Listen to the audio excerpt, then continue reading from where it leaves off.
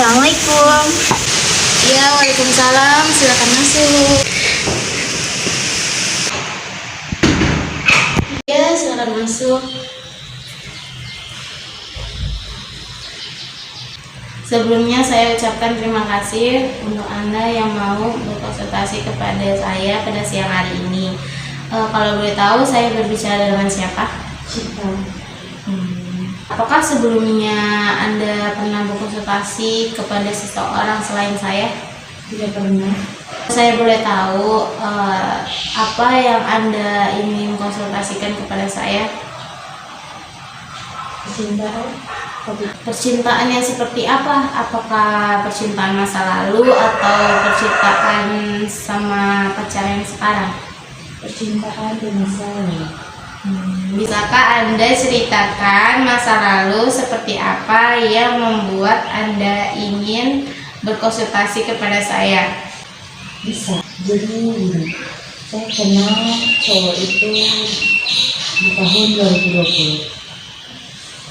Awalnya saya cuma berteman biasa, selayaknya teman. Cuma pas keadaannya kita udah sama-sama tidak punya pasangan, dia mencoba mendekat, kayak saling minta kabar, terus sampai akhirnya kita dekat, chattingan terus dari situ kita mutusin buat pacaran di bulan Oktober tanggal 25 2020. Awal-awal pacaran di situ masih kain-kain aja, kayak nggak ada masalah. Sebulan, 2 bulan, 3 bulan atau bahkan lebih kita ngejalanin itu udah baik-baik aja, kayak nggak ada hambatan. Cuma pas di akhir kita mau menuju ke 1 tahun, dia mengalami banyak perubahan seperti sikapnya kurang peduli, terus juga banyak sekali yang ditutup-tutupi, padahal kan sebenarnya dia sering terbuka dan apa juga pasti sering bilang. Terus juga saya banyak mengalami kendala di ceweknya, kayak apa yang saya lakukan sama dia tuh pasti kayak ada salahnya gitu, kayak saya cari-cari kesalahannya, padahal saya selalu melakukan yang terbaik buat dia, cuman dia yang selalu tidak menganggap. Sampai akhirnya saya sadar ternyata cowok yang saya anggap baik itu mempunyai cewek simpanan, bisa dibilang, atau cadangan kalau misalkan nanti kita putus. Dia berubah lah di akhir-akhir, kayak di seminggu pas kita tanyain cowok itu berubah, nggak ada kabar. Saya bahkan setiap hari ngechat, dan seminggu itu saya chat, saya tanya dia kemana. Terus mungkin saya masih berpikir positif dia lagi kerja atau ada urusan pekerjaan sampai dia lupa ngabarin saya masih mikir kayak gitu. Cuman saya sadar ternyata dia sekarang lebih fokus ke cewek yang sedang dia deketin sekarang. Sampai akhirnya saya sadar kayak saya harus sudah berhenti berjuang, kayak mungkin dia pengen saya nyerah gitu aja, kayak sikap dia yang maksa saya buat mundur. Sampai saya bilang saya mau udahan aja, karena percuma saya pertahanin kalau dianya sendiri ya nggak mau berjuang, kayak jadinya saya berjuang sendirian gitu. Kamu bisa menebak kalau dia itu selingkuh? Pertama saya nggak menarik curiga ke dia ya. Cuman dari sikapnya dia ya kayak gitu. Apalagi waktu itu saya nonton live Instagramnya dia tuh, cewek yang dia chat ternyata nonton live dia juga, sampai dia bilang gini, karena gitu posisinya juga saya lagi nonton, cuman dia nggak menghargai itu. Dan dari situ saya paham ternyata cewek itu yang selalu mendekat sama dia. Jadi buat apa saya pertahanan kalau dia sendiri mempertahankan. Tapi sebelumnya kamu sama cowok kamu udah pernah ketemu atau cuman hanya di media sosial? Cuma via media sosial. waktu itu pernah rencana pengen ketemu, cuman ada aja kendalanya, entah di dia atau di saya. Mungkin kalau dia kan satu ini pekerja kayak pekerja kantoran, terus mungkin dia pengen waktu liburnya quality time sama keluarga atau bahkan sama saudara-saudaranya. Jadi ya gitu, ada aja hambatannya, kayak mau ketemu ya janjian di sini. Pasti ujung-ujungnya gagal, entah ada hujan atau nggak ninggalin sini atau keluarganya, gitu aja sih. Apakah sebelumnya kamu pernah dikenalkan keluarganya atau tidak? Kalau dikenalkan mungkin cuma via media sosial, kayak lewat telepon, misalnya bagi teleponan terus ikut ngomong, cuma via itu aja sih. Selebihnya kalau ketemu belum pernah.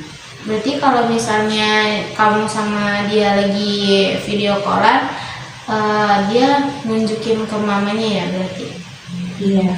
Oh gitu, berarti sekarang lagi fokus kuliah kah atau gimana? Kalau buat sekarang mungkin lebih fokus ke kuliah, kayak TS, ngerjain soal, terus juga sharing sama teman-teman, cari relasi, kayak biar nggak stuck di satu cowok aja gitu. Kayak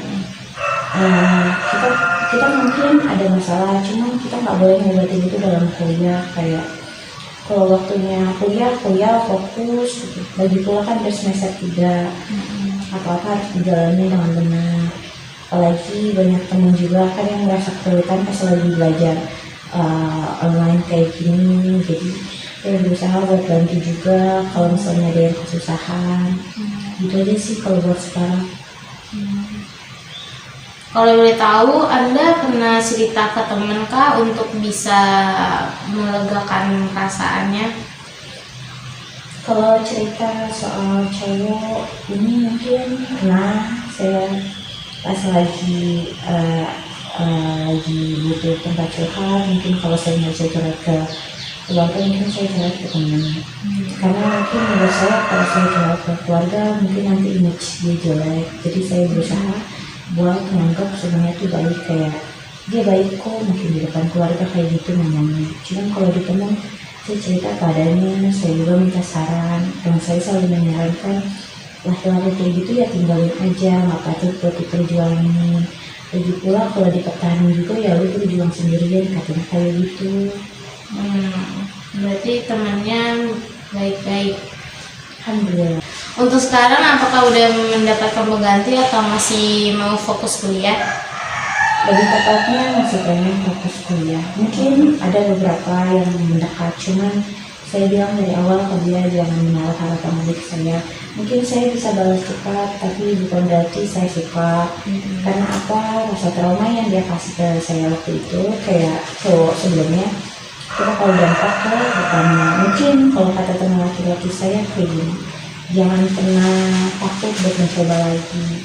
Cuma apa ya, kalau saya coba buat buka hati lagi, tapi saya nanti ujung-ujungnya saya tahu dia itu seperti apa, kayak cowok ini kayak gini, dia jadi takut sendiri gitu ya.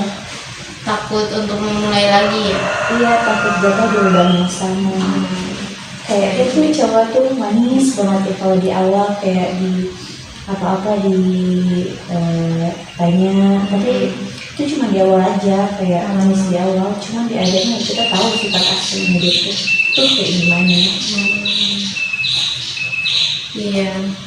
Kamu tipe anak yang memendam ya? Lebih tepatnya kayak gitu, kayak saya mikir misalnya saya cerita nih ke orang tua tentang ini cowok jeleknya kayak gini, saya takut nanti keluarga saya, kalau misalnya saya bisa dapat lagi gitu, image dia udah jelek. Saya mau tuh orang tua saya tahu kalau saya dapat sama cowok baik-baik, kayak dia baik sama saya, tuh saya bilang seperti itu. Saya lebih baik cerita ke teman atau sahabat mungkin yang bisa ngerti, Yang bisa percaya juga ya?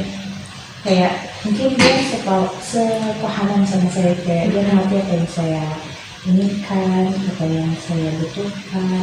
mungkin lebih tepatnya kayak gitu. Sebelumnya apakah dia pernah sempat menjauh untuk menghilang, kayak dia mau mencari cewek lain kah, atau Dia menghilang seminggu kalau nggak salah ya, seminggu sebelum kita ini itu dia menghilang tanpa kabar.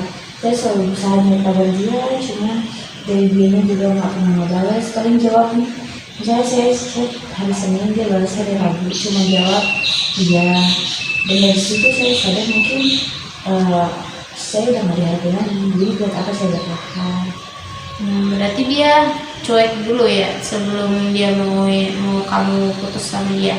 Iya, seakan-akan dia pengen melihat saya tuh jenuh sekarang dan saya mundur dengan sendirinya.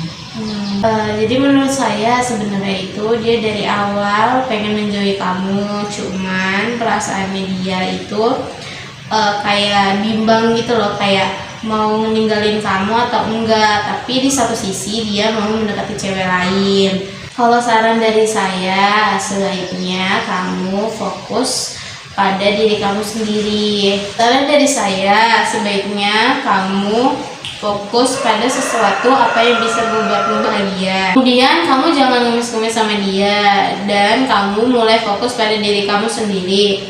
Kemudian kamu jangan ngemis-ngemis sama dia, terus mulailah fokus pada diri kamu sendiri. Jadi kalau kamu udah happy tanpa dia, dia akan menyadari bahwa kamu itu lebih berharga daripada egonya.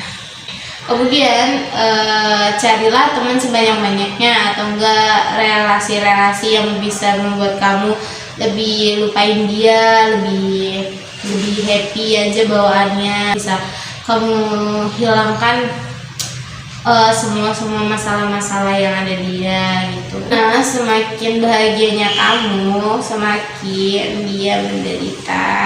Menurut saya putus cinta itu wajar kok. Tidak masalah menjadi orang yang lebih terluka. Kenapa? Karena setiap orang memiliki cara dalam memproses emosi yang beda-beda. Kemudian jangan banding-bandingkan kamu dengan orang lain. Jangan membandingkan kesedihanmu terhadap kesedihan orang lain.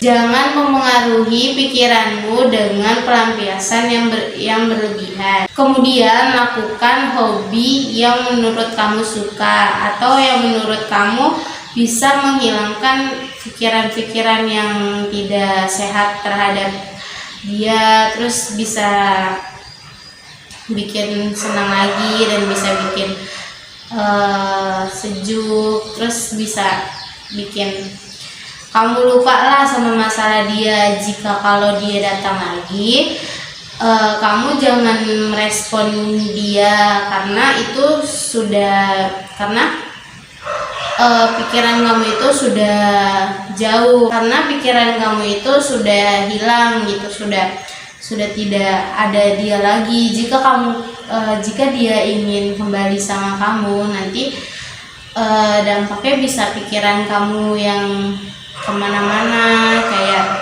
kayak kamu bisa mengingat lagi masa-masa sama dia, bisa mengingat lagi dia kenapa ninggalin kamu. Terus kalau dia berusaha untuk mendekatin kamu bilang aja kamu pengen serius atau cuman main-main. Kalau misalnya dia pengen cuman main-main, ya jangan, soalnya kamu udah berusaha untuk melupain dia.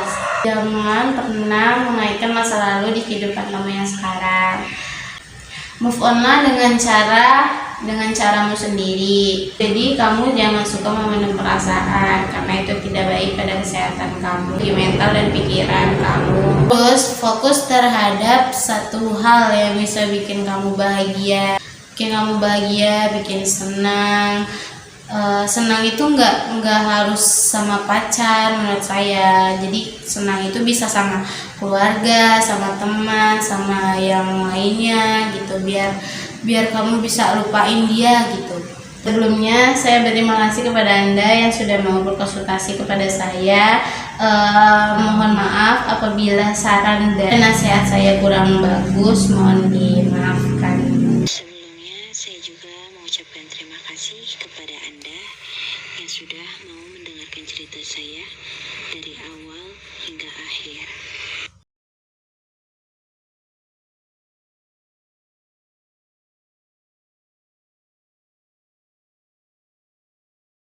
Sebelumnya, saya juga mengucapkan terima kasih kepada Anda yang sudah mau mendengarkan cerita saya dari awal hingga akhir.